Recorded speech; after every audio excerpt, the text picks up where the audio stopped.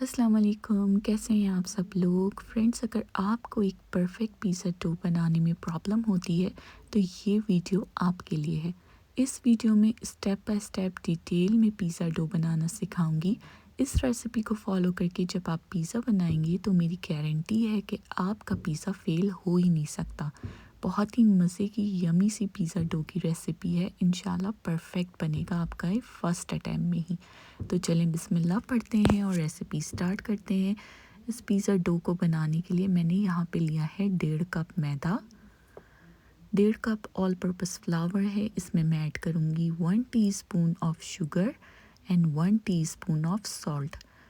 एक एक चाय का चम्मच चीनी और सॉल्ट है। ठीक है, ये इसमें चला गया। साथ ही मैं इसमें ऐड कर दूँगी 1 table spoon of instant east powder है, जो कि जिसमें क्विक राइस लिखा होता है वो वाला। ठीक है, इन तमाम ड्राई इंग्रेडिएंट्स को एक हैंड विक्स की मदद से अच्छे से मिक्स कर लीजिए। अब इसमें मैं ऐड करूँगी एक अंडा। मेक श्योर अंडा जो है वो रूम टेम्परेचर पर हो। छोटी छोटी टिप्स और ट्रिक्स को ज़रूर फॉलो कीजिए ताकि आपका डो परफेक्ट बने। तो ये इसमें अंडा चला गया। साथ ही मैं इसमें ऐड करूँगी 1 table spoon of cooking oil.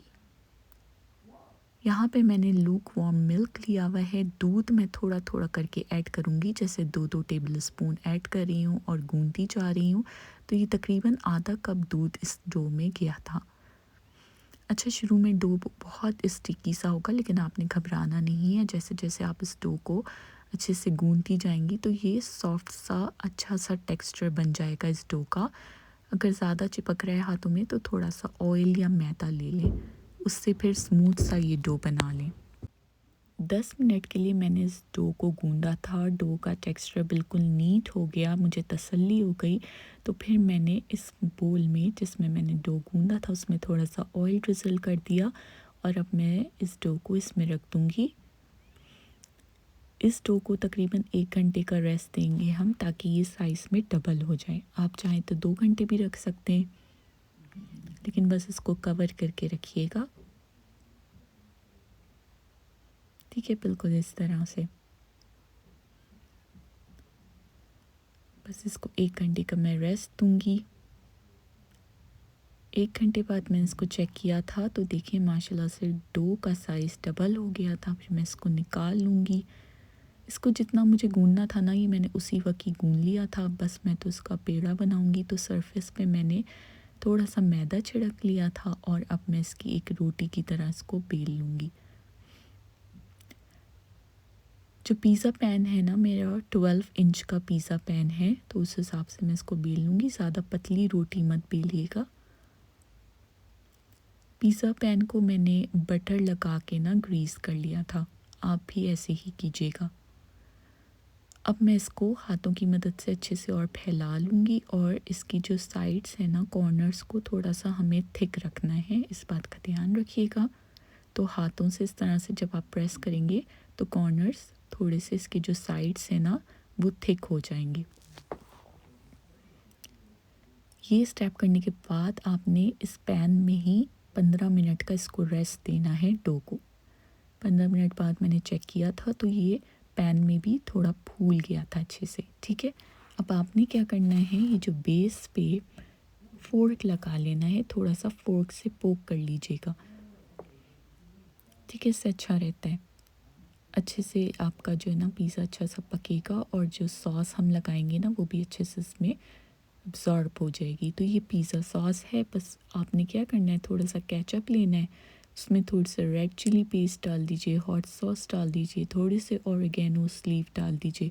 बन गया आपका पिज़्ज़ा सॉस। या फिर आप बाज़ार से रेडीमेड जो पिज़्ज़ा सॉस मिलते हैं ना, वो भी ले सकते हैं। तो यहाँ 3 टेबल स्पून गया था पिज़्ज़ा सॉस।